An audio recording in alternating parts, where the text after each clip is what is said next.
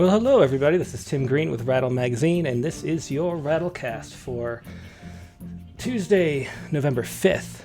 Thanks so much for joining us. We have a great show for you tonight, as always. Lynn Knight is going to be here. She'll be here at 6 o'clock. It's 5:46 right now, so if you're watching after the fact, archived, you can skip ahead 14 minutes and Lynn will be here. But in the meantime, we're going to do the pre-show, or the prologue, as I like to call it. Now, if you follow Rattle.com and get our daily poems over email, you know that Lynn Knight had one of the daily poem today, the lesson, and it was one of the most viral poems we've published over the years. It's, I think, number 10 on the top 10. If you go to top poems at our website, it's number 10 on the top poems. And I thought it would be fun to start out the show today by playing the top 3 most viral poems, since Lynn had a viral poem. And let's start it out here. You know, back in the day, the early days of the internet, it was a lot easier for poems to go viral. I don't know what the difference is now, but there was a time, maybe 10 or 15 years ago, where we'd post a poem, and every once in a while it would appear somewhere like Stumble Upon or Reddit or one of those aggregator sites, and we'd have like 50,000 views in a day. And that doesn't really happen anymore. I'm not sure what it is. I think maybe it's just a matter of that people have found out how to monetize social media now, and it's an actual market instead of just some surprising thing. But we used to worry about servers crashing and things like that on certain days. And now everything's so diffuse and there's so much content in the world that doesn't really happen in the same way. When poems go viral, it's sort of a smaller virality. But here are 3 poems that did go viral. This first one is by, let me pull up for you. This is by Brian Trimboli. And it was published, when was it published? It's in issue number 29, so summer 2008. And at the time, Brian Trimboli was an MFA student, I think, at Binghamton, SUNY Binghamton. But now he's a doctor, Brian Trimboli. He's a lecturer in writing in the English department of Yeshiva College in New York City. He's also the poetry editor for Rec Park Journal. And this poem, about 10 years ago, was one of those poems where just in one day, out of nowhere, I don't even know why for this one, we had about 30,000 page views in one day for this poem. Things My Son Should Know After I've Died. And here he goes. Things my son should know after I've died. I was young once. I dug holes near a canal and almost drowned. I filled notebooks with words as carefully as a hunter loads his shotgun. I had a father also, and I came second to an addiction. I spent a summer swallowing seeds, and nothing ever grew in my stomach. Every woman I kissed as if I loved her. My left and right hands were rivals.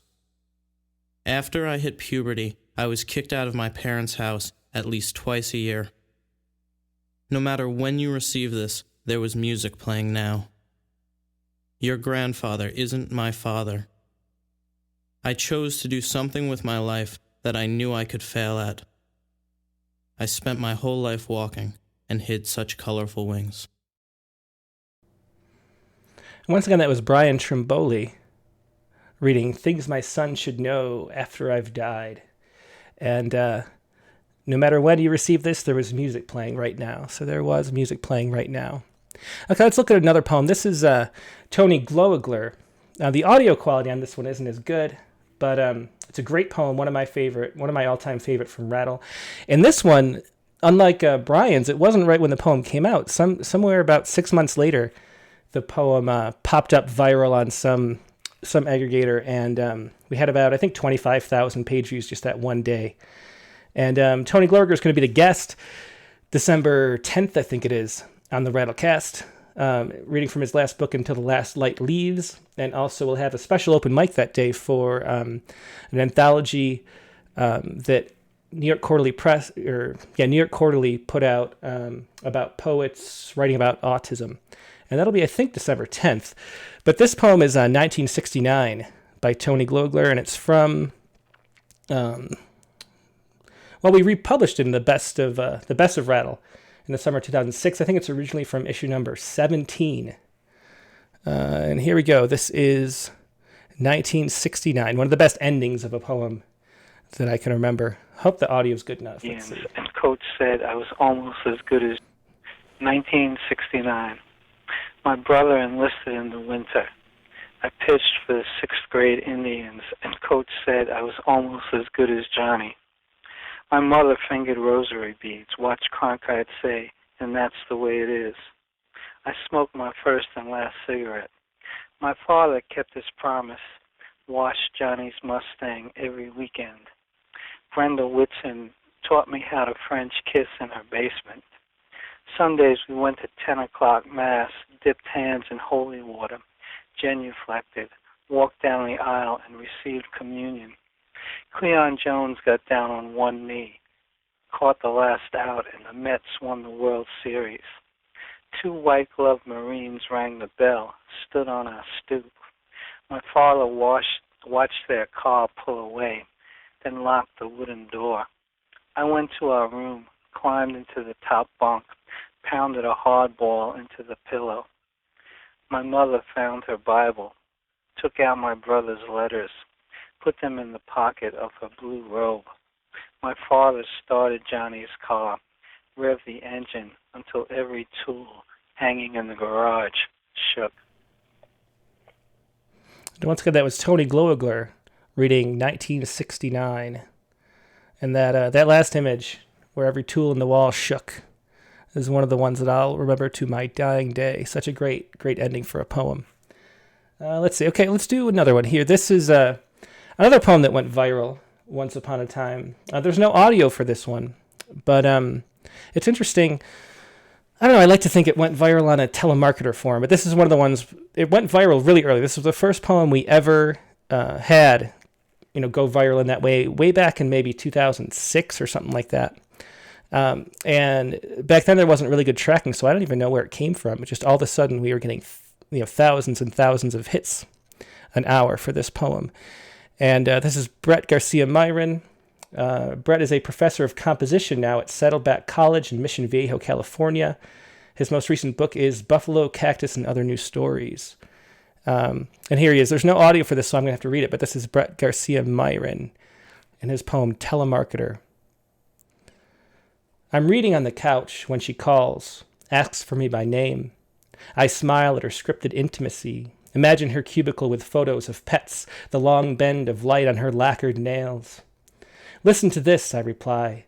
David kissed the soft inner banks of women's thighs. Pardon? Oh, there's more, I say. Thighs like loamy earth that cup the rivers, or lilies blooming in rose and mint. Is this a bad time for you, sir? Is it for you? Tell me something, I insist. Tell me anything. A quiet unfolds between us, as though we'd spent our breath on withering arguments or lost it in the scented air of sweat. Finally, she says, I'm in Lincoln, Nebraska. Outside, leaves are turning in the cold. And so that was Brett Garcia Myhren with his poem Telemarketer. And I think if you look at all three of these poems, they're all short.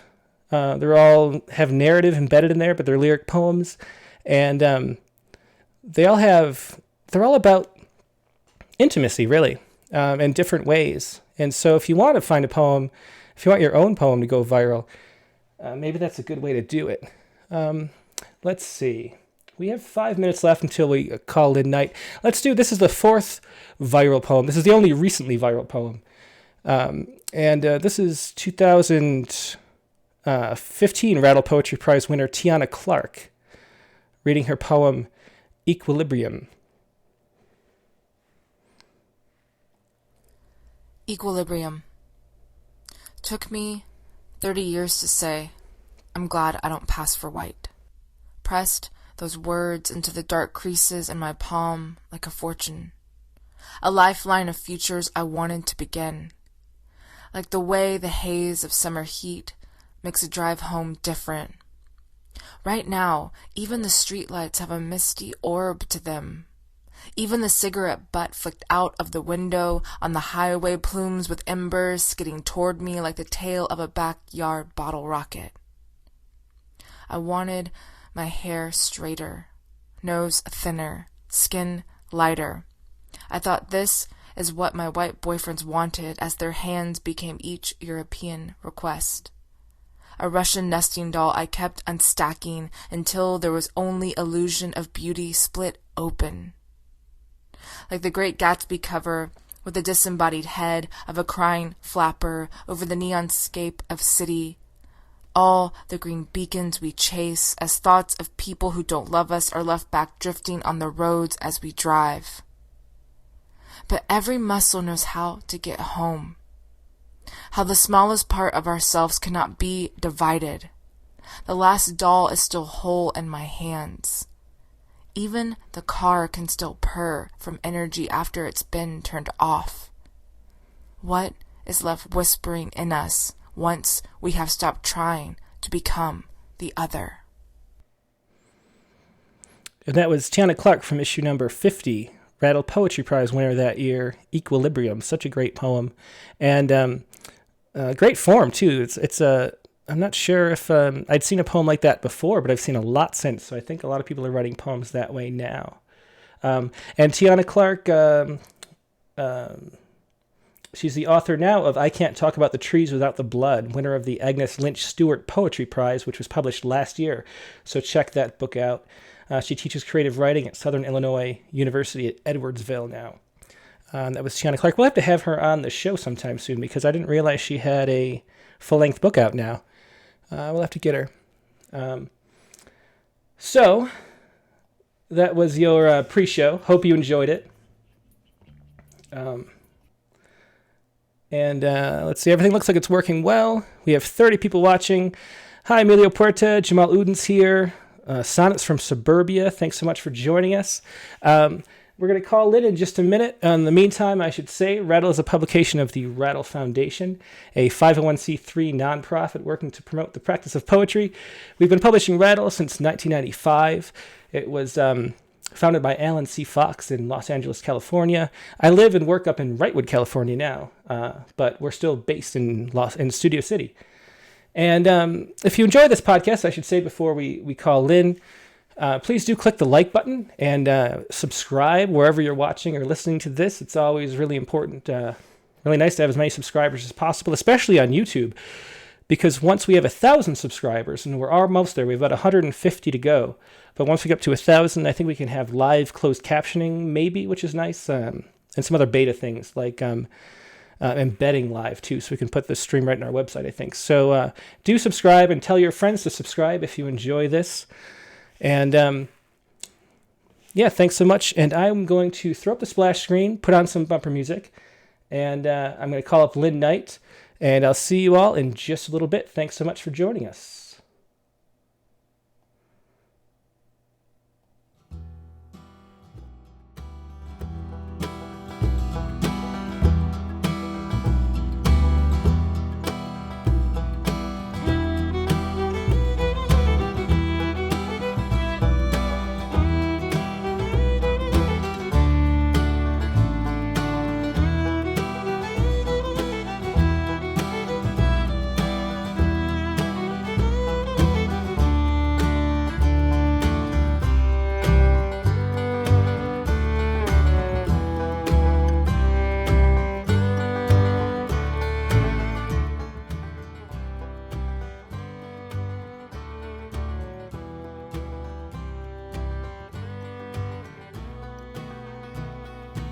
Hey, so Lynn Knight's here on the line.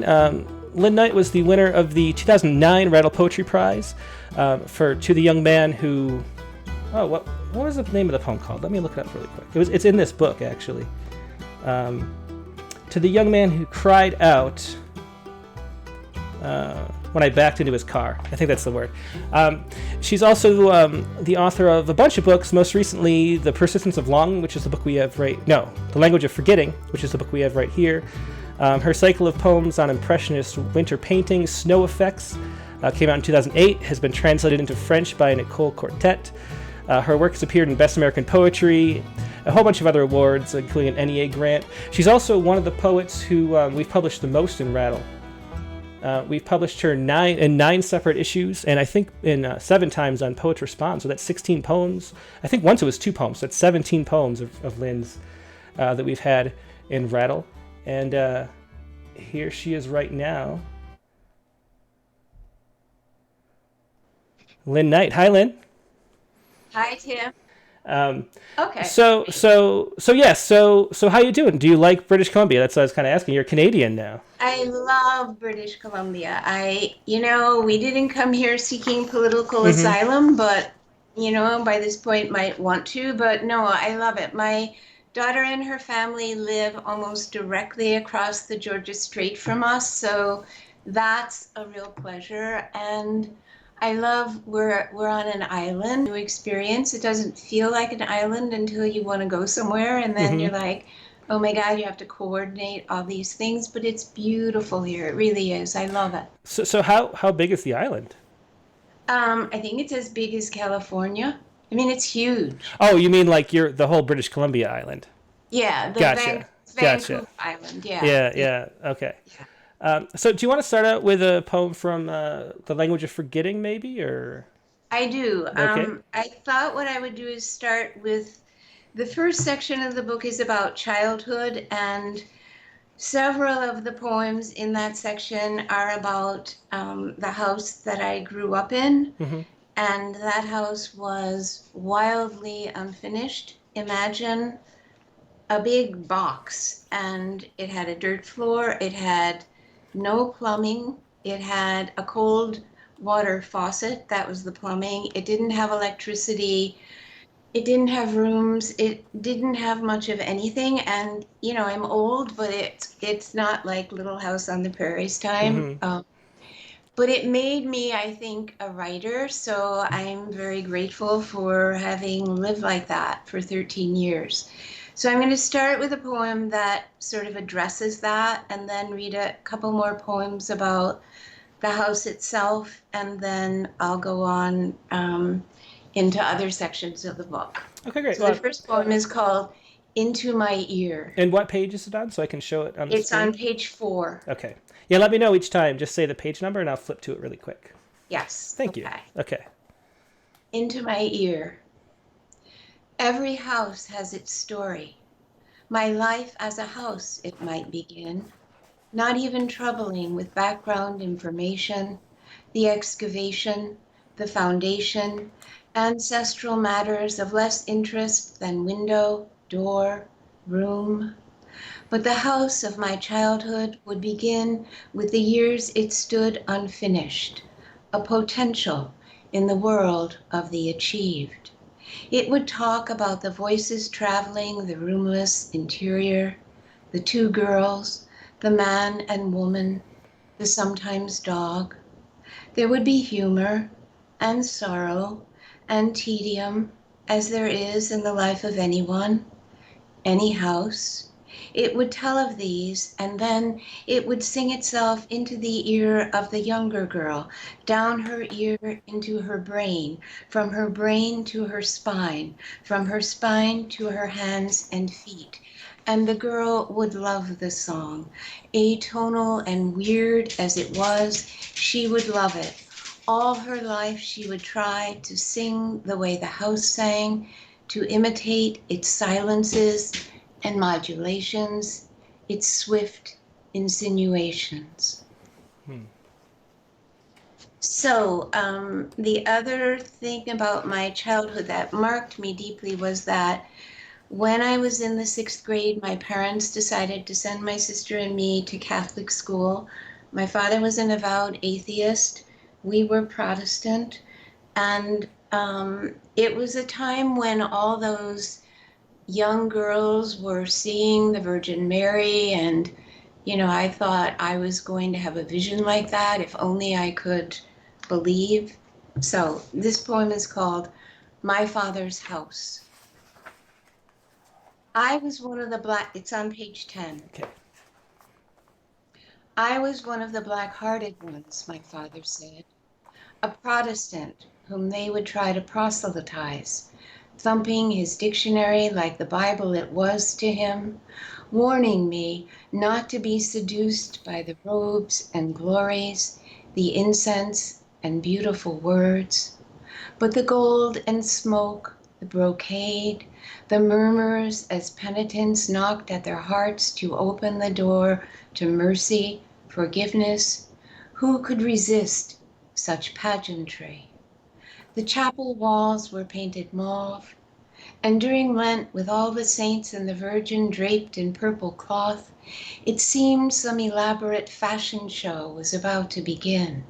Heretical to think, my father said. No doubt the nuns saw my dereliction, more thumping, and were contriving immediate conversion.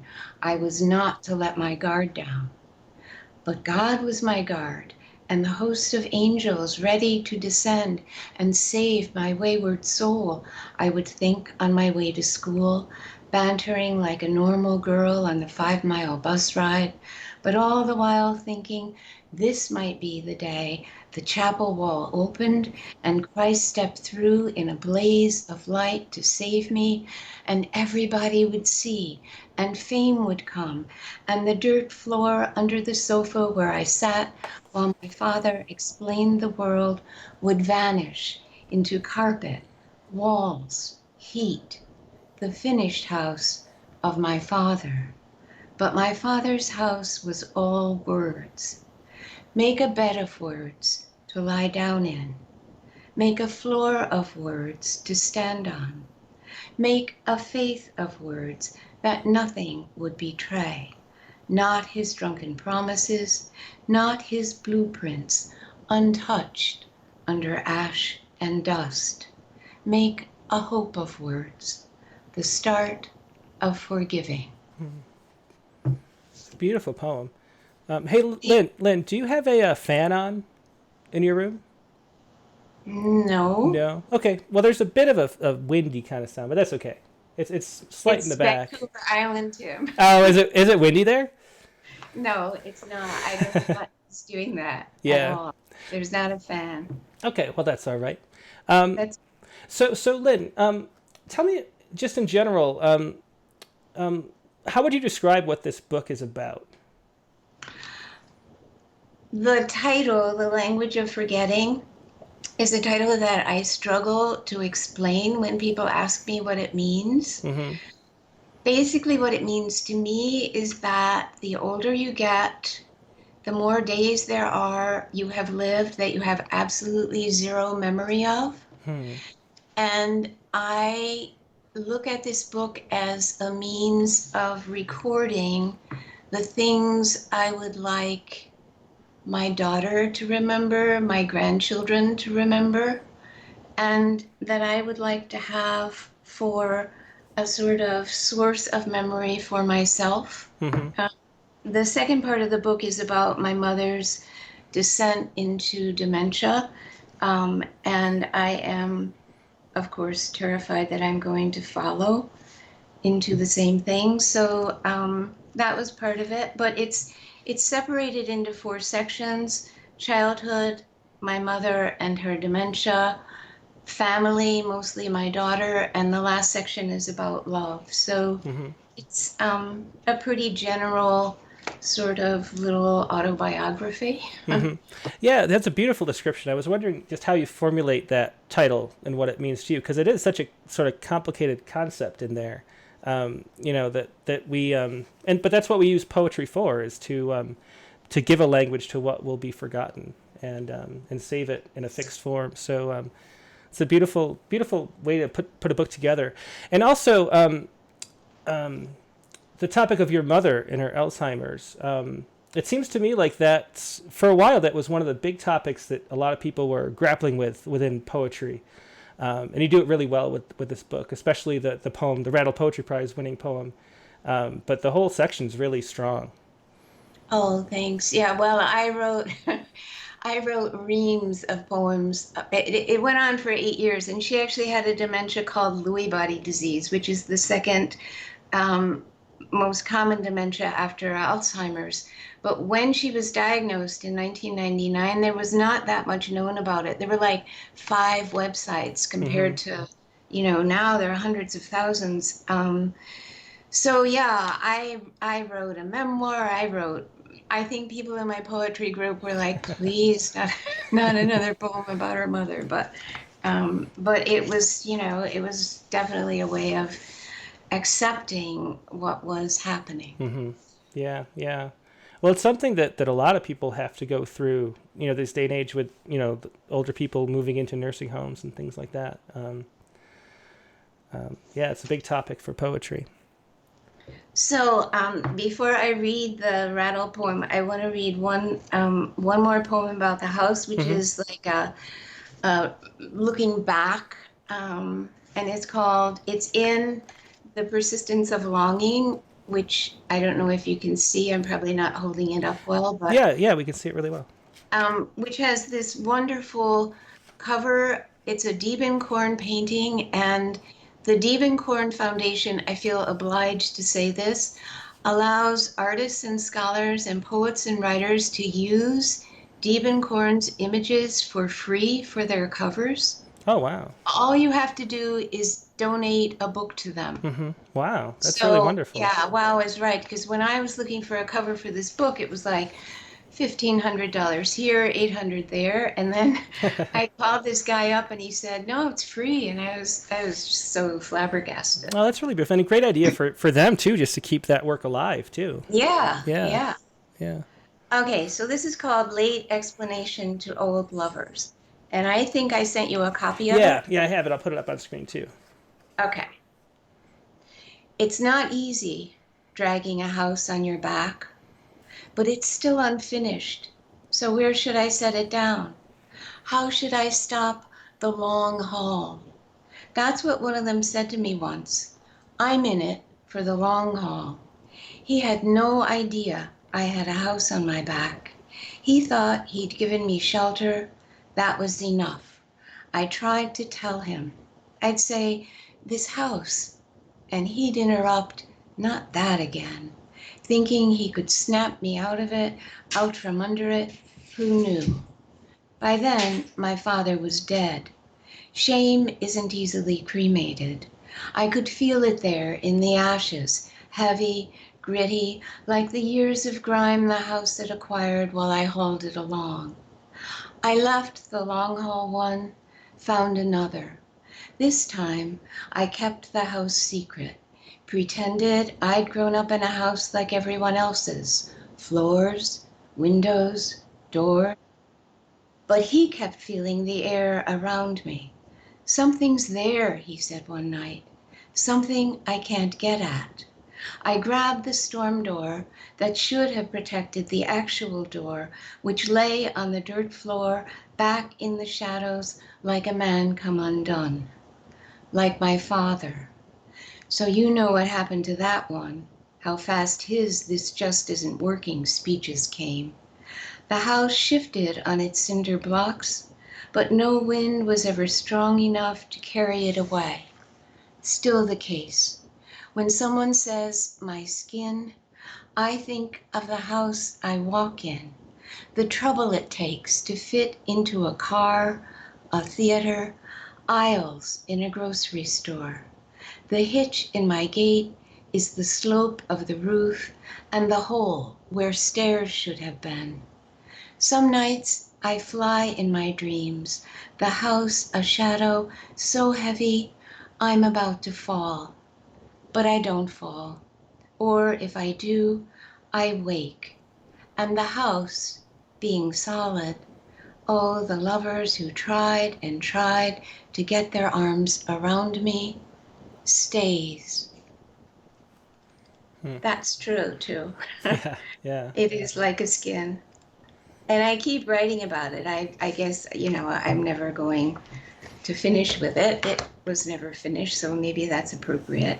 And that house was in the Adirondacks of New York? It was in Cornwall and Hudson, New York, and it was at the edge of the toniest neighborhood in town, but it was facing a forest. It was a beautiful place to grow up. I mean, we ran down, the bank from the house and into the woods, and yeah, it was beautiful. It was near Storm King Mountain, if people know the Hudson Valley.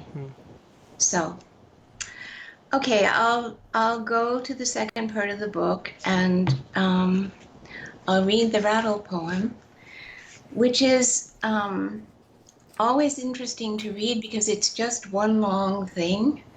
And sometimes I run out of breath, and I think I better take a sip of water before I start. Yeah, it is definitely a one long poem to catch your breath before and after reading. Okay. So it's on page 26. Okay, thanks. To the young man who cried out, "What were you thinking?" when I backed into his car. I was thinking, no, oh no, not one more thing. I was thinking my mother, who sat rigid in the passenger seat, crying, "How terrible!" as if we had hit a child, not your front bumper, would drive me mad. And then there would be two of us mad, mother and daughter, and things would be easier. They said things would be easier once she went to the other side into complete, total madness. I was thinking how young you looked, how impossibly young, and trying to remember myself young, my body, my voice, almost another person, and I wanted to weep for all I had let come and go so casually, lovers, cities, flowers, and then I was thinking, you little shit, for the way you stood outside my window with your superior air, as if I were a stupid old woman with a stupid old woman beside her, stood shouting, "What were you thinking?"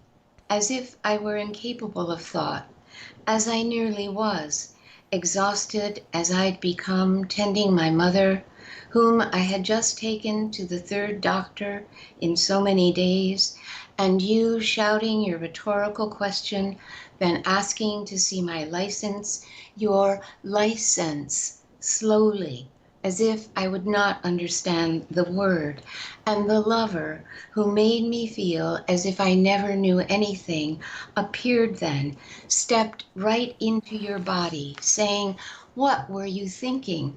after I had told him, sobbed to him, that I thought we would, and then my mother began to cry as if she had stepped into my body only years before, or was it after? And suddenly I saw the whole human drama writ plain, a phrase I felt I had never understood until then.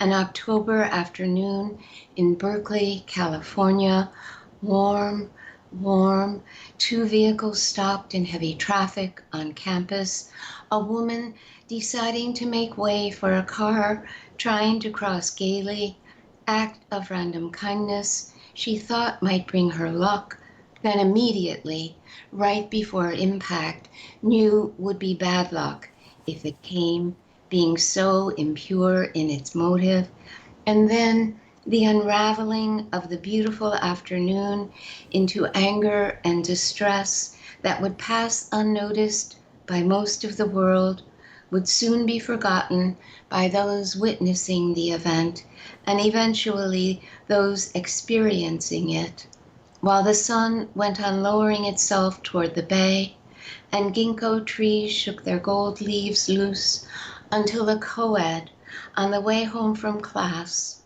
unaware a car had backed into another car, unaware of traffic, stopped to watch the shower of ginkgo, thought of Zeus descending on the sleeping Danae in a shower of gold, and smiled over all her own lover would do in the bright, timeless stasis before traffic resumed. Okay, I need another drink. Yeah, do. Please do. So, Lynn, let me ask kind of two things I wanted to ask about. First of all, how did you get into writing poetry? And are you that poem we published today is the daily poem, the lesson, mentions being a English as a second language teacher. Is that did you do that? No, I actually wasn't a second language teacher. Oh, no? That student was not my student. That poem is a sort of transcribing of what actually happened. He came into my class in between my classes. He wasn't my student, and he just asked me to help him. Oh, I see. Okay. So yeah. So how did you get into writing? Like, why poetry? My mother wrote poetry. My mother sang to us when we were babies and young kids, and there was always the one good thing about the house without electricity, plumbing, anything else, was that we read a lot. We read all the time. And I knew from an early age that I wanted to be a writer. And when I was in 5th grade, I had a wonderful teacher who's no longer living, whose name was Mrs. Seipel. And I wrote a poem in the 5th grade about autumn leaves, and I said they were falling fastly because it rhymed with past me. And Mrs. Seipel said that there wasn't actually such a word as fastly, but if you were a poet, you got to make words up. And I thought that sounded pretty cool, so there I was. Wow, that's a great story, Lynn. And wonderful, wonderful teacher, what a gift. Mm-hmm. And if I remember, I think we talked about this before, but or maybe you did wrote this in a contributor note at some point, but you write every morning, right? You write daily? I do, yeah. And describe that process a little bit. And Connie Posts asks a question that kind of relates. She's here on the chat. She says, on average, how many revisions do you usually go through on your poems before they feel ready to send out? So talk a little bit about your process, that daily work, and then how revision goes for you. Okay. The daily work, I'm compulsive. I have a very high streak of OCD, and I just do it every day, and I do it with great pleasure, and I know that most of it will end up being an exercise, and that, Robert Frost said, if you're lucky, you get 12 poems a year, and I think that's probably pretty accurate. So it's not as if I'm writing a poem a day, and they're actually poems, but I'm someone who has to write out the stuff that other people seem to be able to just filter through in their heads. I have to get it out on paper. So I just do it, and if I can, usually a line comes in through my right ear. I don't know why that is, but it does. And if I'm absolutely stuck, I have beside my desk a basket of postcards that I've collected from museums over the years, and I reach blindly into the basket and pull out a postcard, and if I've never written about it, I write a poem about it. Oh, wow. That's a good... So sometimes those poems end up being poems that I keep and not exercises, but it's hard to say. The revision process for me is a very strange thing. I usually know when I finished a poem whether it's an exercise or a poem. And I don't do tons of revision. I probably don't do as much as I should. When I look back through early poems, I think that's true. But I'm also someone who, because I am so compulsive, I have to be careful, because I have, in revision, killed a number of poems that, had some lifeblood in them, but by the time I was finished with them, they were just absolutely dead. So I tend to do the exercises. I put them aside. I try now not to decide immediately that, oh God, not only is this finished in a poem, but I should send it somewhere.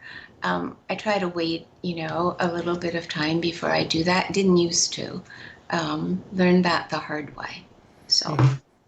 You mentioned you could tell right away the difference between an exercise and a real poem. What do you think the difference is?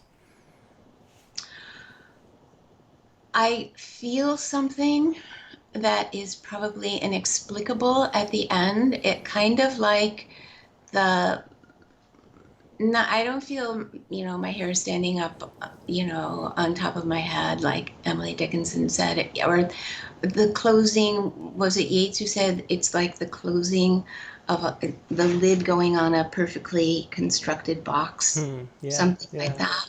It kind of feels like that. It feels like I got to the end of it, and the end of it is the right ending for it, and it closed. Although I will say that the ending of the Rattle poem that I just read, I did revise. I wrote that poem in like 15 minutes as fast as I could type. Mm-hmm. And then I revised a little bit of the end of it. So, you Yeah. know, Do most of your poems come that way, where they come out at once and you don't yeah. Yeah. I mean, I don't ever like start something and go back to it. Mm-hmm. I just go. And sometimes I don't go any place worth, keeping, and sometimes I do. Yeah, yeah, that's my experience writing too. I feel like there's you're sort of like building a space, like a sort of a creative, imaginative space when you make a poem, and I can't get back into it after I leave. So I feel like, so if I write, I stay up as late as I stay up all night maybe until I finish the thing because I know I'll never be able to get back to that space. Um, Yeah, and if you do get back, Beckett said we change every moment. You're not the same person, so you mm-hmm. can't expect to have that, whatever that combination of feeling and emotion was that led you where you went, you're not going to get that back. Yeah, You yeah. can tinker, you can change a word here and there, but the jet blood that Sylvia Plath talked about, that, you're either in that or, you've left it. Mm-hmm. Yeah, yeah. I feel exactly the same way. Like you're going through the motions of trying to be that person you were, but you're no longer that person. Yeah, Yeah. yeah. Do you want to read some more poems? Sure.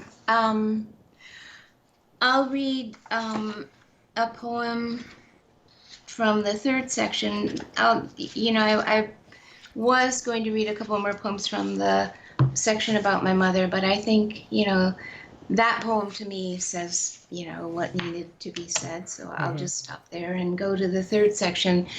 And the third section has poems about family and about my daughter. And I learned the hard way in Berkeley last year that there are some poems in this section that I can't read publicly because I burst into tears. And even though I used the secret that my friend, the poet Nellie Hill, told me of squeezing my fingernail into the pulpy part of my index finger or third finger, that's supposed to stop you from crying. It Mm-hmm. didn't. Oh So wow, wow. yeah, That's a good tip though. I could use that sometimes. yeah. Well, it has worked for me, but it didn't work then. Okay, so this is the first poem in the third section, and it doesn't really need explanation because it kind of explains itself as it goes.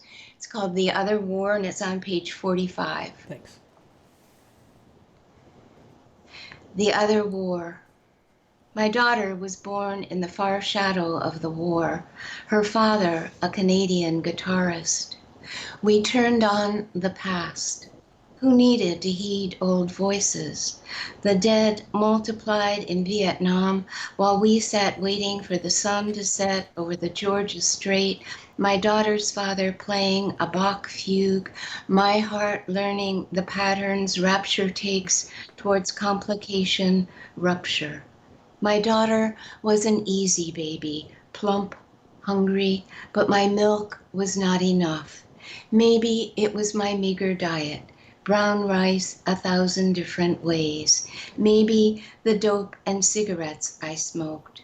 Maybe my sorrow, because I could tell my daughter's father no longer desired me as he once had. My daughter nursed best in the quiet of the night, when I sat with her in the rocker, the straight lapping the rocks in syncopation with her sucking.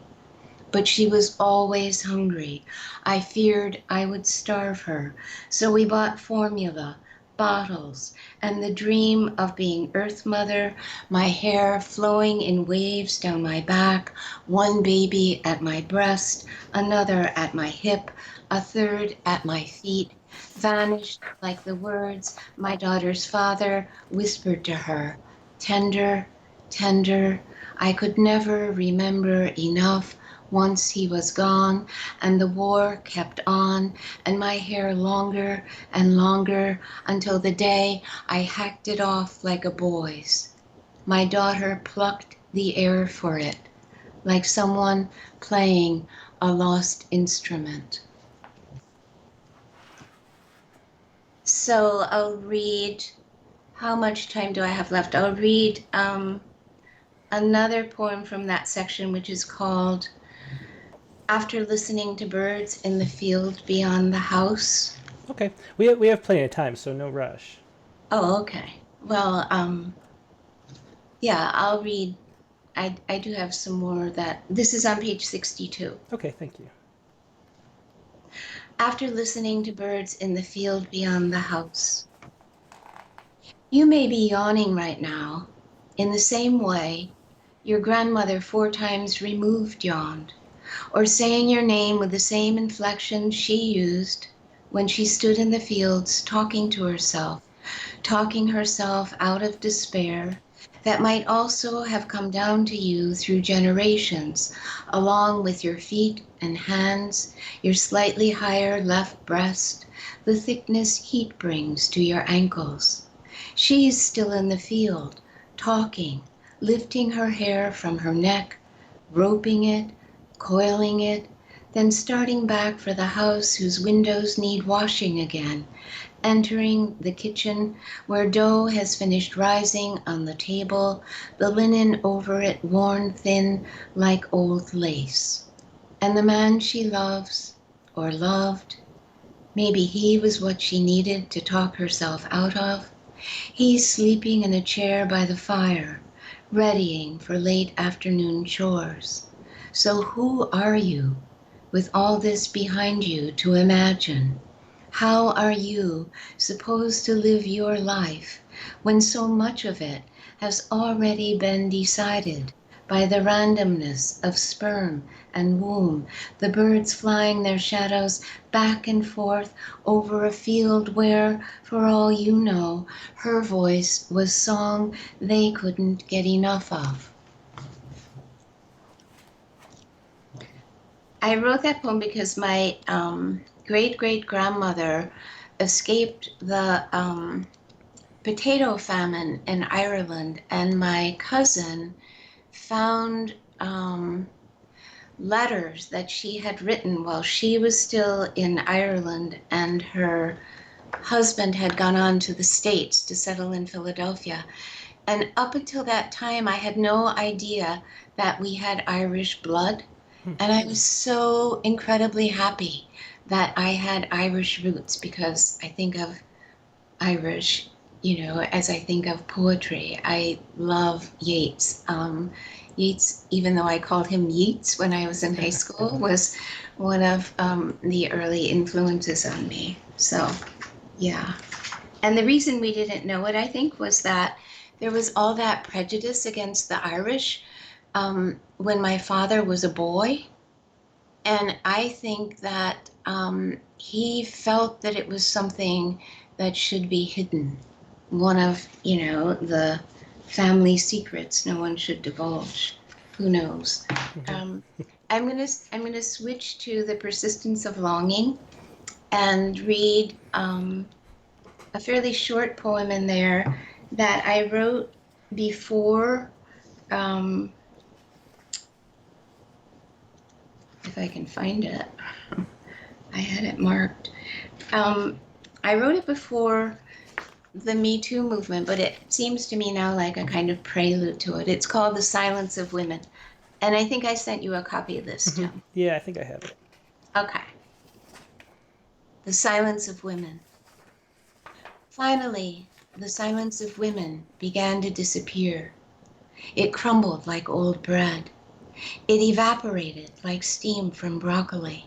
It rose like the scent of turmeric from kitchens. It mixed in with birdsong. It flew over rivers and oceans. It settled in prairies. It poured out like water trapped in leaves. The silence was one language. All the women on earth spoke it. They had mastered the tongue. But it vanished in the sound of vacuum cleaners. It lifted like smoke from chimneys. In winter, it covered the snow. It was white then, so at first no one noticed. More snow, they thought, longing for spring.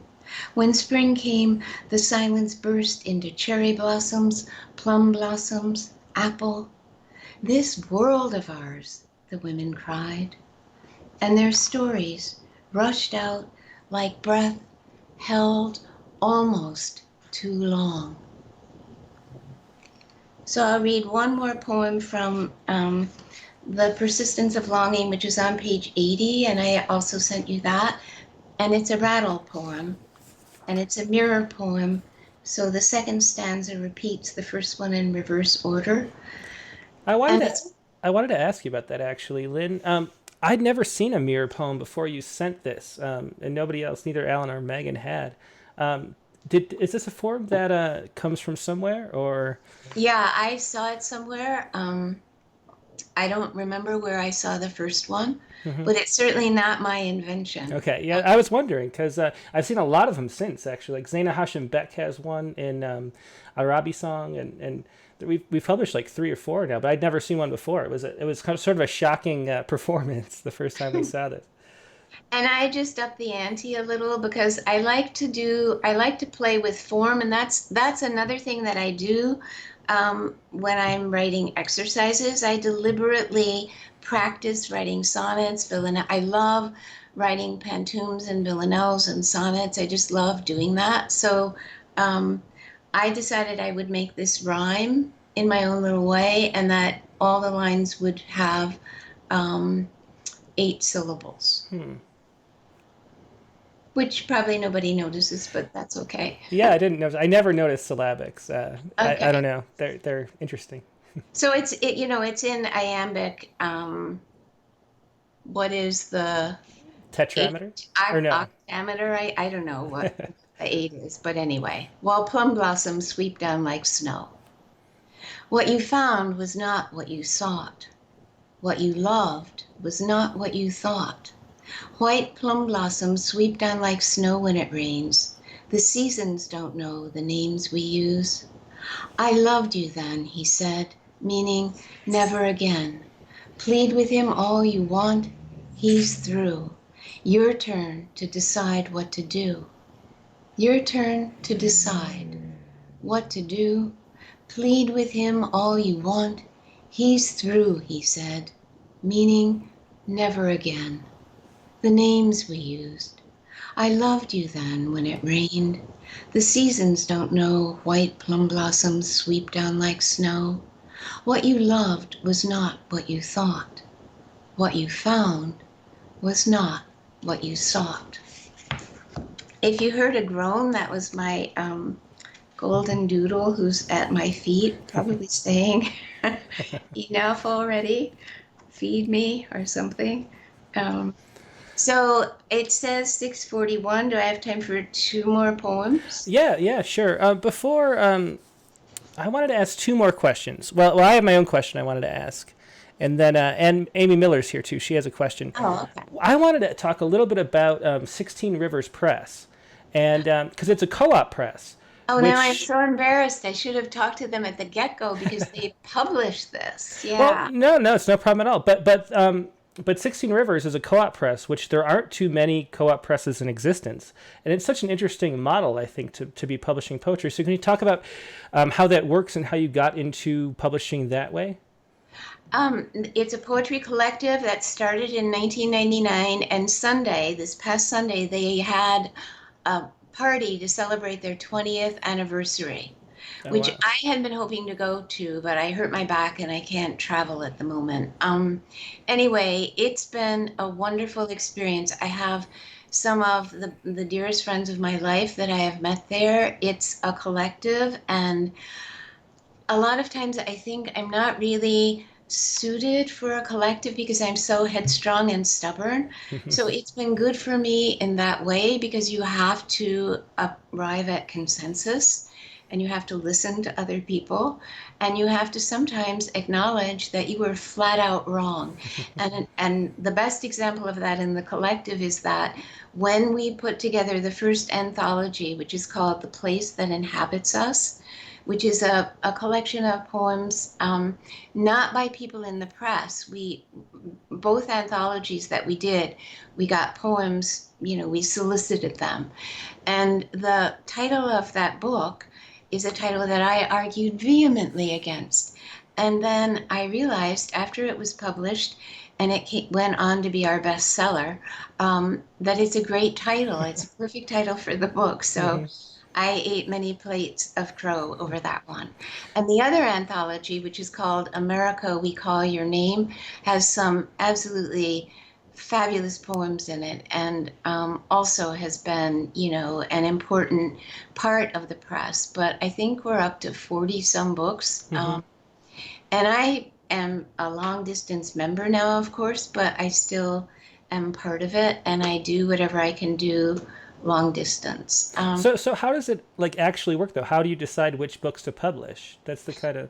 There's an open competition and people submit and then a committee reads the submissions and then they select 5 and then everybody in the press, they're active and supportive members, all the active members and the supporting members, if they wish to, read the manuscripts. And then there's a scoring system. And then we meet and then we discuss the scores and talk about the manuscripts and try to select 1 or 2 or sometimes just 1 a year and go on to publish them. And it's been a very successful model. I think the people who started the press, Terry Arrett, Carolyn Miller, Valerie Berry, and Jackie Cudler and Margaret Kaufman were very, very careful about, they thought it through in ways that are quite amazing to me. I mean, they really figured out what to do and they figured out the model and the consensus model so that there are structures in place that work and that have worked and that you can rely on. So it's not this, bunch of people just fumbling around. It's contentious sometimes and the meetings can be contentious, but there's always this feeling that we're all poets, we're in this together, we want to publish the best books we can find, and that's the mission. Well, that's great. So Amy Miller is here. I think you might know Amy Miller. I do, and I love Amy Miller's poems. Yeah, we do too. We published Amy Miller almost as much as you. I know, it's great. So she wants to know, would you talk about the process of writing your ekphrastic poems? Do you aim to tell a story about the image or capture a moment that it evokes or something else? Which is a great question because we have the ekphrastic challenge, if anybody watching doesn't know, where we have a new ekphrastic poem every month. So what advice can you give to people submitting to the ekphrastic challenge? How do you go about doing it? The first thing I always say when people ask me this is that a picture really is worth 1,000 words. So don't try to just retell what you're looking at because, it's already happened. So either enter the painting or the photo or whatever it is and think about what is drawing you to it. Because I don't ever write about anything that I'm not drawn to. I have to be drawn to the painting. It has to speak to me in some way. And finding out why that is happening is part of the process of writing about it. I don't know that I can be any clearer than that. I wrote a whole series of poems called Snow Effects about Impressionist poems in winter. And I did not know it at the time, but my friend, the poet Kathleen Lynch, pointed out to me after I had written them that they were written about the body in winter because it was at the time that I was tending my mother. My mother was going in, it was right around the time of her diagnosis. So all of those poems spoke to me in a deep way because of winter, because I was thinking the winter of my mother's life and anybody's life. And I was drawn to them in that way. So I guess just figure out what it is that the poem is saying to you and why it's pulling you in, and then go there. Great. Thanks so much, Lynn. Did you say you have two more you want to close us out with? Well, I'll just read one because it's getting kind of late. I'll just read the last poem in the book, and it's on page 82. Okay, great. It's called On the Impossibility of Capturing What You See, and it's after a painting by Monet.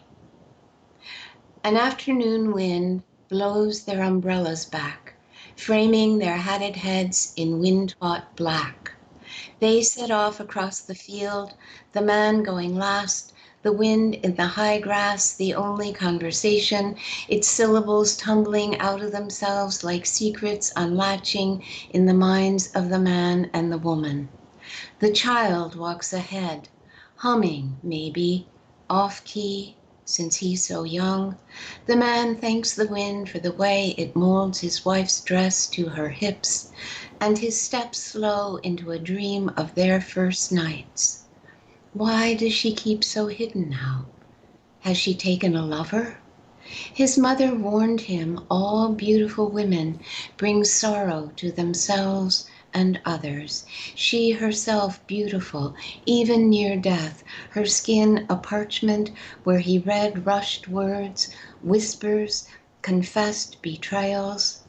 In the end, it's all one story, he thinks. One afternoon, you start across a field with your wife and child. Another afternoon, soon or not so soon, you lie in wait for death to take you in its arms. Arms like the wind, he thinks, invisible, like death with its secrets, its whispering and rush. A language you learn all at once, with no means to record it. Thank you so much for having me, Tim, and sorry for the screw up at the start. No, and it's no problem at all. Thank you for doing this when you have a head cold. I really appreciate that. No problem at all. I hopefully I pushed the cough button every time so nobody could hear, but I've been coughing up. It's just like a dry cough at the end of the cold from last week. You're at the end of it. Good. Yeah. Good. But yeah, thanks so much for joining us, Lynn. Really great to see you again. I haven't seen you in about 10 years, and you're one of my favorite poets. So it's really nice to hear new poems in your voice again. Thanks so much for joining us. Oh, thank you for having me, really. Thank you. And thank you, Rattle and Megan and Alan, and everything you do for poets. It's so, I know I've told you this, but it really is so fabulous what you are doing for poetry and poets in the world. I can't say it enough. Well, thank you. Well, thanks, Lynn. It's just our pleasure. We do what we like to do, and we enjoy it. So we're really glad to have this show. Glad to have you on. And I think we have a poem of yours coming out in the summer issue coming up. So we'll have you in Rattle again pretty soon. Great. Thanks so much. Yeah. Thanks so much. Good night. Good night. So that was Lynn Knight. The beautiful reading from a great book. Once again, her book is The Language of Forgetting. Her book before that came out 2 years ago, is The Persistence of Longing. So 2 books from Lynn, from 16 Rivers Press. She has another book again. She has, I think she's the author of maybe 5 books or something like that. So definitely go to her website, Lynn Knight. That's LYNNEKINIGHT.com, and you can find her other books. Let's see. So we're gonna go to, if you're staying for the open mic, I'll see you in just a little bit, and if not, let me see here. Hang on one second. So next week we are going to have Wally Swit joining us. Wally Swit is author of I think he said 36 books. He sent the last 3. He'll be mostly reading from The Bees of the Invisible. He's a Massachusetts poet from the fall issue of Rattle. So So come in the same time next week, Tuesday, November 12th, 9 p.m. Eastern, 6 p.m. Pacific. Join us 15 minutes early for that pre-show, which is always a lot of fun. You can always do a open mic over Skype or pre-recorded at rattle.com/rattlecast. And so for now, I'm going to take a brief break, get myself situated, and then we'll come back with the open mic for everybody watching on video. If you're watching on audio, I hope you have a great week, and I will see you next Tuesday. Bye.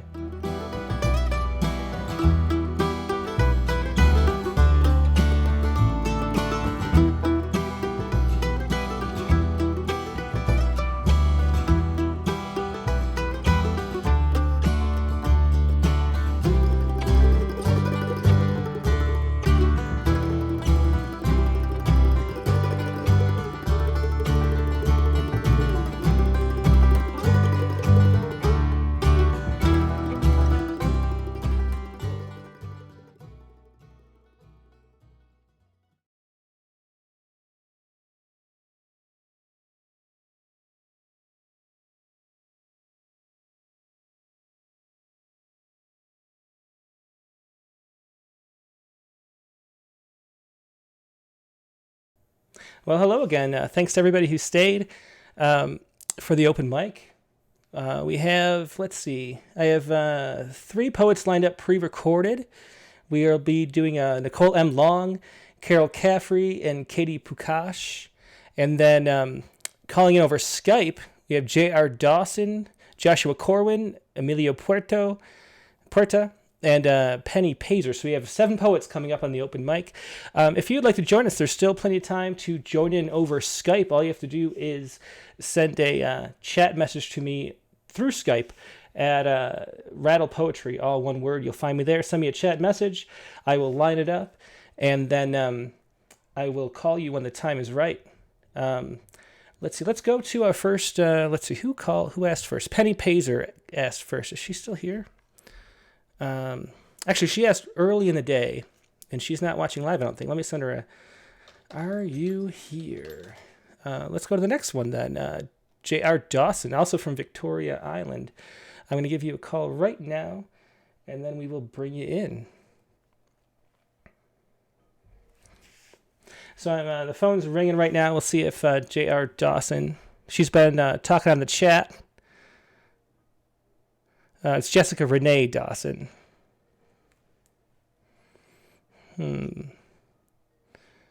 Let's see. Well, she's not picking up, so I think instead I will go first to one of the open mic poems, pre-recorded open mic poems, I should say. And I forgot to pull it up before I started the broadcast, so you'll have to bear with me just 1 second. Today is November 5th. And we're going to do Carol Caffrey first. Let me show her poem on screen here. This is Carol Caffrey from the United Kingdom. And Carol Caffrey says she's an Irish writer and actor living in the UK since 1991. She says, having been at various times a teacher, full-time mother, and family carer, I returned to the creative life after the deaths of my 2 brothers and 2 sisters between 2007 and 2011. Consequently, I am relatively old at 64 and a half to be emerging as a writer, old but undeterred. And this is Carol Caffrey reading her poem. I'm not sure how to say this, so we'll have to see how she pronounces it. Selene, maybe? Let's see. My name is Carol Caffrey. I'm an Irish writer and actor, and I've been living in the UK since 1991. The poem I'm going to read was recently published in the Mechanics Institute Review, a yearly anthology that's published by Birkbeck University in London. It's called Killeen, which is the Irish word for unconsecrated burial grounds that can be found in various parts of Ireland and elsewhere, if you know the signs to look for, and they were usually used for unbaptized infants. Killeen. The pony and trap at midnight, darkness covering the shame of day, they come to bury the unshriven, the suicides, mentally ill, the infants, outcast mothers. Around a sodden mound or hidden among brambles, in cliff crannies at the ocean's edge and under cover of ancient ring forts, random arrangements of stones disguise the places where those outside the graveyard walls, outside the grace of the church, lie unremarked, invisible on the map that history has decreed, their footfalls lost forever. What contamination did they fear, those midnight riders, that they must banish the innocents, pile babies between mothers' legs, tandem burials, to become unremembered bones? Draw back the night, and call this ground that echoes with their cries sacred. Let the wind blow softly through their names, feather them down into the grace of remembrance. Ooh, that was Carol Caffrey reading Kalini. And I just love these open mics because I have no idea what's going to come up any more than anybody else does. That line, darkness covering the shame of day. What a good line. Let's see. Let's call another. Let's try Penny Peyser. She says she's here, so I will give her a call. Let's see. I muted the sound so you don't have to hear the ringing. We'll see if we can bring Penny in. Penny Peyser, hi. Hey, nice to see you. I'm going to bring in just 1 second. You're not quite on yet. Now you're right. Okay.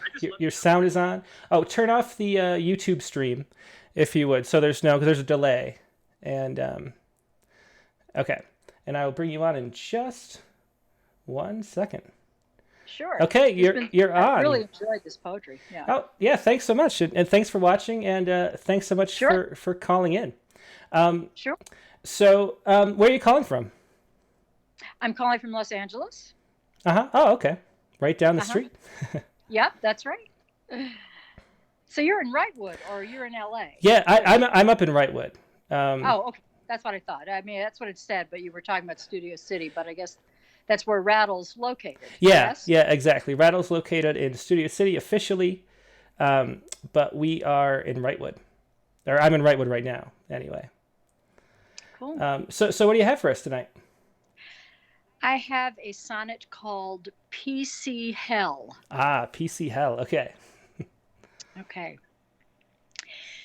What topics to discuss when one's unsure of microscopic sensitivities, when all parties involved are insecure regarding some unknown proclivities? Just opening one's mouth involves a risk, and so the throat is called the ring of fear. A gaffe necessitates an exit brisk, or could, if verbal arrows fly too near. A compliment can turn into a wound, a merry greeting taken as a front. So easy to be silly lampooned. Say one wrong thing, they might call you a bad person. Our conversations oft require a plan. Let's talk about the weather, 'cause we can. That's it. Yeah, well, thanks so much for sharing that, Penny. That's a poem I can certainly relate to, or anybody who does anything publicly these days can relate to that. Yeah, thanks so much for calling in. Hope you call in again, and have a great night. Thank you, you too. Thank you. Yeah, thanks. Bye. Let's see. So that was Penny Peyser calling from LA. That was a good one. And Penny, if you're on the chat, it's Sonnets from Suburbia, is Penny. Let's go to our next pre-recorded poem. Let's see what we have here. Okay, this is Katie Pukash, if I'm saying that right.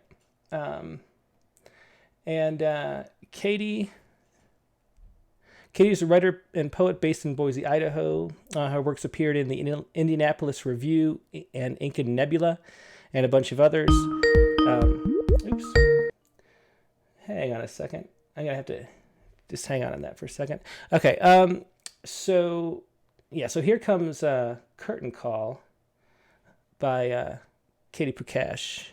Is there any more to read? Let's see. Curtain Call was published this year in Rise Up Review and has since been nominated for the 2019 Best of the Net Anthology. So congratulations to Katie Pukash. Here she is reading Curtain Call. Hi, my name is Katie Pukash. I am recording out of Boise, Idaho. My poem called Curtain Call, which has been published in Rise Up Review and has since been nominated for 2019 Best of Net Anthology. Curtain Call. I write a play. The play is not about me, but about the sizzle of my grandmother's last cigarette at midnight. I star in the play. It is not a one-woman show. I puff each member of the audience with a cough. I do not remember the correct dosage of nicotine patches. I put on 6 and run into the lobby to steal a bottle of wine at concessions. The bottle of wine makes it to the stage. Full. The bottle shatters in my hands with the weight of audience silence.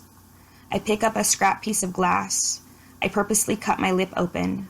Blood runs off my chin and onto my pale pink costume dress. People begin to take exit.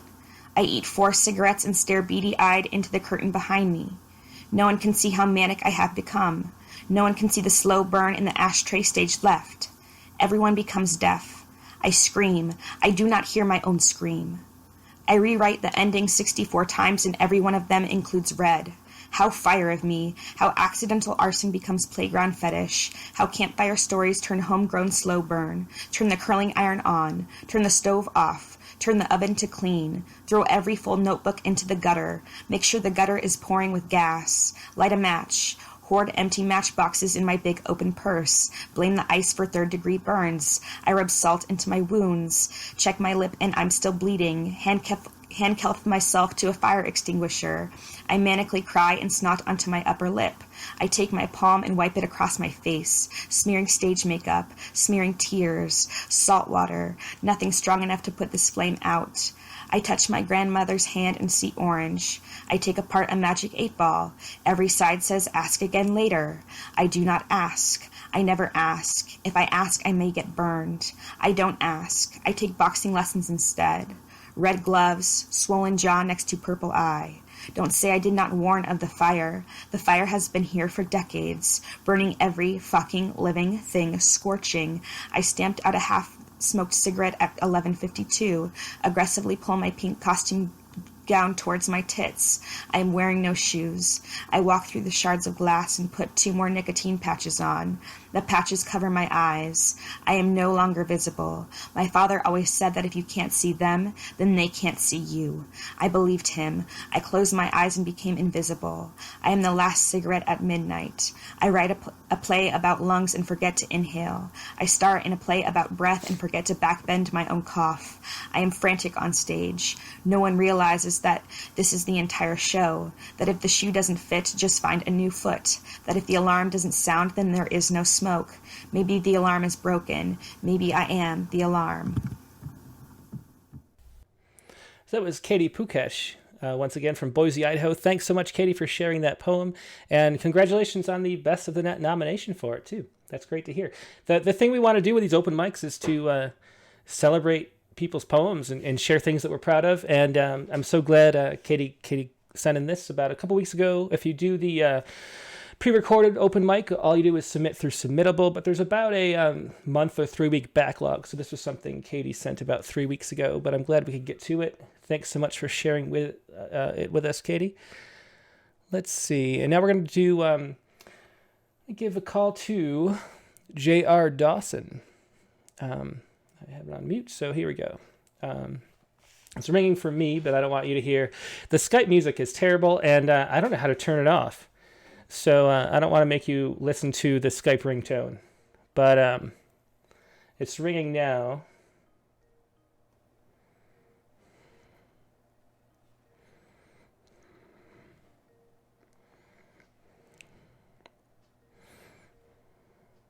See, so Katie mentioned, or not Katie, J.R. Dawson mentioned that her ringtone is off. So there's a way you can turn this ringtone off, because I don't want the ringtone to be off, but she can't hear it ring, which is why she's not answering.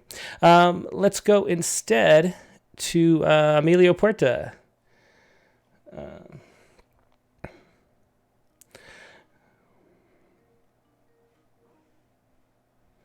Emilio, hey, just 1 second. I'll pull you in. Good to see you again. Just turn your YouTube off so there's no echo, and then I'll pull you in. Hello, Emilio. Can you hear me? Yeah, I can hear you. Yeah, I just had to. I wasn't expecting it. I thought you were calling the other person first. Yeah, well, she her ringtone is silent, so she can't hear. We have to figure out this whole Skype stuff. I have to turn my ringtone off so I can't hear. That's what I want to do because I don't want anybody calling me during the show. But I can't figure that out, and somehow she has that set so it doesn't ring for her. But we'll figure it out. Okay, so Emilio's calling from Toronto, Canada again, and what do you have for us today, Emilio? I got another poem from my book Abre la Puerta. Great. That I'm also reading from my page on writerscafe.org, which I really need to emphasize that it is a brilliant website for writers, and you meet people from all over the world, and it's just fantastic. And the greatest catch is that you won't necessarily be seen unless you review other people's work, and you engage in conversation and in friendship. It's just a fantastic website, writerscafe.org. Writerscafe.org, all one word. Writers Cafe. All one word. Yeah. You mentioned that a couple months ago, and I haven't checked it out yet, so I'll have to check that out. That sounds cool. Well, this is for you. This is for everyone watching too. Like whoever wants to really put out their work and talk to other poets, and not just poets, but writers of stories, of plays, of whatever. They're all there, and yeah, it's I just wanted to keep plugging it because it's a great website, and a good place to meet people too. From if you don't if you can't go out to places in your hometown, and go here and you meet people from all over the world who are writing. So I'm going to read something in preparation of the coming of winter. It's called Winter Comes Again. Okay. With the summer rays receding and the trees upsizing leaves, with the breezes growing bitter as a warning for long sleeves, in the bleak and heavy silence, when the world is on the wane, woe to the cold and lonely, that winter comes again. As the colors lose their lusters and the clouds eclipse the sky, as nature creaks and whistles and the threat of snow is high, as the dried out dregs of autumn mesh and molder in the rain, woe to the tired and hungry, that winter comes again. With the hearth prepared with kindling, yet no match to make it flame, with the hours like days elapsing, as the darkness stakes its claim, with the frost creeps through the houses and fogs every window pane, woe to the broken-hearted, that winter comes again. In the stern and stagnant labyrinth, where the blights and burdens grow, in the deep and dark foreboding, from the eerie street lamp glow, in the sweeping desolation, yielding nothing much to gain, woe to the drifting shadows, that winter comes again. Awesome. Thanks so much, Emilio. And it's getting cold up there in Toronto, I bet, right? Well, getting there, yeah. Yeah. We're hanging on the cusp of what would you call it? Like double-digit degrees. Oh, really? We're hanging on the cusp of it, yeah. Yeah, and I hear on the Writer's Almanac says cold winter for the north and northeast. Well, I hope you stay warm. Thanks again for sharing that, Emilio. Good to see you again.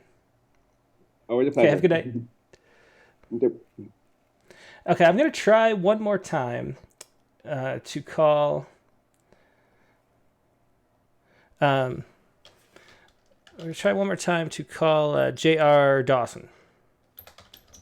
So we'll see if this works this time. It's not ringing for her. So let's see. She answered this time. Okay. So Jessica, I hear you, And I see you. Great. Thanks so much. Let me pull you in. How you doing? Oh, turn off YouTube so there's no echo. There's about a 30-second delay. Turn off your YouTube. Turn off YouTube. Okay, great. You're not quite on, but I'll pull you in right now. Now you're on. Okay. Hey, Jessica. Thanks so much for calling in and joining us. Glad we finally got it to work. Okay, I think I need to turn down my speaker a little. Okay. Okay, can you hear me? Yeah, I hear you great. Yeah. Okay, am I coming in clear? You are coming in loud and clear. So where are you calling from tonight? I'm calling from Courtney on Vancouver Island. Do you know Lynn Knight, or is it just a coincidence that you're on Vancouver Island too? It's no coincidence. I attend monthly workshops with Lynne at the Vancouver Island Regional Library. Awesome. Well, that's really cool. Yeah, well, I'm glad you could join us. Do you have a poem for us today? Yes, I have a poem called The Repeated Steps, and it was published in the Poetry Quarterly Summer Edition, and that's with Prolific Press. Very cool. Okay, so it's The Repeated Steps, after Donald Hall's The Repeated Shapes. I have visited the streets in towns and cities with long queues of people like trees in step to destinations known only to them. I look on in loneliness to their shapes moving in repeated motions, each step farther away. They are my family, these villages of people, unknown to the other, who shed tears in secret at night and nod hello in the morning. Awesome. Thank you. Yeah, thanks so much for sharing. Do you have another one that was pretty short? Do you happen to have another one with you? No, I just thought I would pop in with one poem and say hello, and just thank you for having me on. Awesome. Well, thanks so much for joining us. Hope you call in again. Thank you. Goodbye. Okay, bye. Yeah, so that was Jessica Dawson, or J.R. Dawson is her Skype name. So glad she could join us. Someone who does workshops with Lynn Knight in Vancouver Island.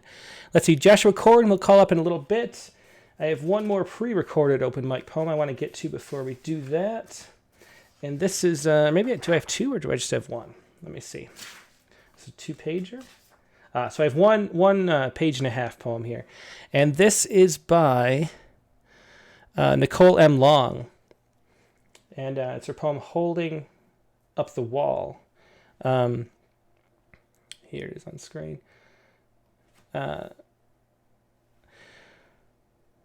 Nicole M. Long is a writer, poet, and wordsmith based out of the DC metro area. And she says, for as long as I can remember, I've loved words and have been able to understand the feeling and emotions behind them, so it's no surprise that after years of career hopping, I found myself writing and speaking again. I'm in the process of recording the audio for my first book called Necessary Rebirths, which is a collection of poems and prose about my spiritual awakening and paths of illumination through depression towards enlightenment.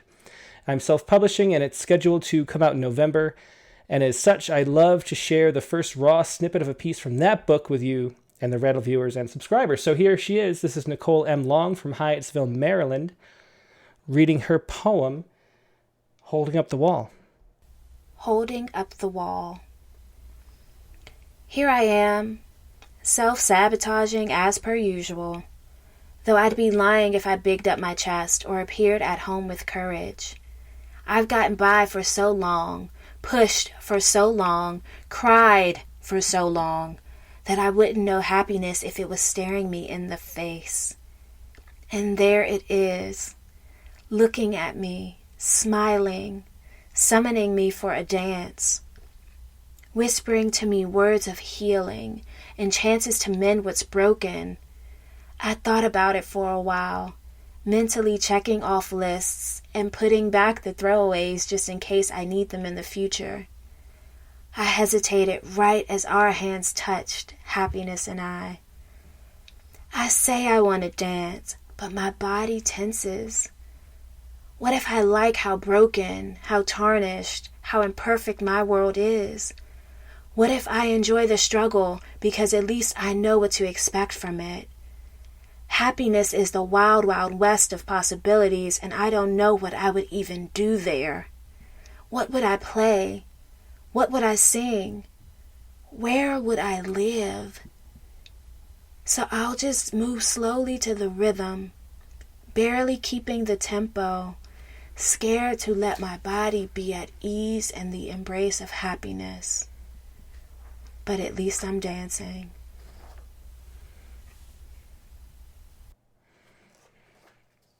So once again, that was Nicole M. Long from Hyattsville, Maryland, reading her poem, Holding Up the Wall. Thanks so much for sharing that, Nicole, and congratulations on your book that's coming out just now. Okay, so that's it for the pre-recorded poems tonight. We have one more poet to call, and that is Joshua Corwin. So here he comes. Calling up Joshua Corwin right now, and he's a regular guest, so he knows what's up. Joshua, turn off your YouTube, and I'm going to pull you in just 1 second. I can see you, and everybody can see you and hear you right now. Hey, Joshua, how you doing? Hey, I am doing great. I'm on? Yep, you're on. Okay. So where are you calling from today? Are you home? It seems like you're in a different location every time you call in, which is kind of fun. So I'm... Like, where in the world is a Joshua Corwin? Yeah, absolutely. Where I go is like with my hats, hats I want to eventually trademark. They are... I honestly think that they are shoes for your head or socks for your head, So where I go like my hats go, Well, I could definitely... I've been thinking about... I'm in Brentwood, so Los Angeles, California right now. I was meeting earlier with one nonprofit for my book, Becoming Vulnerable, about growing up with autism, struggling with addiction, sobriety, and then spirituality. I'm meeting with another nonprofit next week, and hopefully they'll be coming up soon. And I'm going to read a poem from the upcoming book and share with you guys. And hope you guys will enjoy. Okay, sounds good. This is called The Update. Okay. I tread transgressions against how far I've come. As a kid diagnosed on the autism spectrum, at the age of 5 and processing delay at 6, along with anxiety disorder and ADHD, I don't want to repeat circles with my feet, one smaller and the other reminds me of my mind. Neurotypical, also alcoholic. Thank God I'm sober, but that's another story. Like a pacifist in rage, I need to accept my brain chemistry, but persevere. Circles, those feet make them quake, and color loses its vivacity. Like the squeamish self I am, just see me at the doctor. Please, don't. I'm embarrassed by how I fade. Oh, it's so hard to fit in when you're hardwired to differ. Range like a spectrum of shapes. I circle, but I transcend. But because I do, I have these fits. Well, usually every 3 months or so, sometimes once a year. It comes from acting typical when you're atypical. Didn't I tell you I had to learn thousands of idioms? I thought when someone said it's raining cats and dogs that it was. Flashcards of rules. I don't want to rock back and forth as I pass on going out the door because I'm now the floor. I unable to speak when I have so much to say. that happens every now and then. At my feet, they repeat themselves in circles around a shape, a square, or a rectangle, or a circle perfect.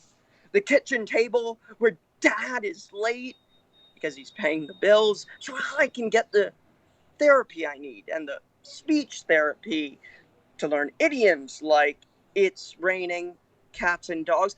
I feel like it's raining cats and dogs. The words and screams of atypicality in dysfunctional family-ic ways, words invented. I have so much to hear. I have so much to say. I'm trying not to repeat the circle and fall on the ground, but perhaps putting on the guise and persevering like I do, perhaps I need to fall. Perhaps I need to circle. How else could I draw the line of when it's time to stop the update? Thank you. Thanks so much, Joshua. It's interesting that you read that poem. We just decided our next tribute theme. It's not listed on the website yet, but we're doing a tribute to neurodiversity. So poets on the autism spectrum will be featured. That's going to be the what will it be? Issue 71. We're way out that far. Spring 2021. But we're doing that issue. So looking forward to that. Thanks so much for sharing that poem. Hope you have a great night. Thanks for calling in. Thank you so much. Always a pleasure, Tim. Yeah, always a pleasure. Thanks, Joshua. Okay, bye. Bye. Yeah, so that was Joshua Corwin, our last Skype caller for today, unless anybody pops in the next 30 seconds. But thanks so much for joining us as always. Camlam says it's fun to see frequent contributors and get to know them and their work. And yeah, that's why I wanted to switch the format up a little bit and have the podcast audio thing on iTunes and all that stuff be cut off at the 1 hour with the one guest. Then we can have as much time as we want on the open mic, and it's all casual and fun. And we don't have to worry about timing or who appears. Nobody can appear too frequently. We have all night, and we can just kind of hang out as long as people want to hang out and share poems. But that is it for tonight. So thanks to everybody who's still watching. We have 23 viewers still, but only 14 likes. So every person who's watching needs to click the like button right now on YouTube so that we get up to at least 23 likes, because there are 23 viewers right now through the open mic. We had a peak of 52 today, which is great. So it's really like with the bookstore reading we had and La Cañada at the Flint Ridge bookstore, the most it could fit in the space physically was about 30 people, and then it was standing room only. And one of the reasons why I canceled that show, or the monthly reading series, is because we just couldn't fit anymore. I stopped advertising because we couldn't fit any more people in the room. And but now with YouTube like this, we can have as many people as we want. We had 40 people here today. And we hope we have 40 people every week. Good to see Kim Tedrow, Charles Nolan, hi, Christine Hoper, Margot, Jodine Dills. Thanks so much to everybody who is hanging out and enjoying poetry. I really appreciate it. Once again, just to say it one more time, next week's guest will be Wally Swit. He's going to do read from The Bees of the Invisible. We have a lot of great guests coming up, though. After that is Bob Hickok, I think, unless I'm skipping somebody. Maybe I should let me look it up really quick because we're just hanging out anyway, right? Let me make sure I get the list right. Let me see. So so we have that's right. So Wally Swit, November 12th, and Nicole Brown, To Those Who Are Our First Gods, her Rattle Chatbook Prize winning book. It was really cool. Nicole had a poem on Poem a Day, the poetry, the Academy of American Poets Poem a Day email, and we have a flood of orders for the chapbook. About 35 people maybe ordered a copy of that chapbook last week. So she'll be on November 19th. It's a beautiful book. She has a new book coming out that's an extension of the chapbook, which a lot of people do. Then November 26th, we have Bob Hickok, then Naomi Shahib Nye, Tony Gloeggler on December 10th. Peter Murphy reading from More Challenges for the Delusional, which would be a great episode. Maybe back in the way that we did Richard Gilbert's episode, where we'll do a lot more discussion, because his book, that book anyway, is all prompts, and so we'll talk about the writing process a little more than normal for that show. And then I'm working on lining up people for January, so we're going to have every Tuesday night we'll have a great show. Hope you can join us, and thanks for joining us tonight. We need one more like to get up to 23, so somebody's holding out on me. Push that like button. Okay. So that's all for tonight. Hope you have a great week, and I will see you next week on the Rattlecast. Good night.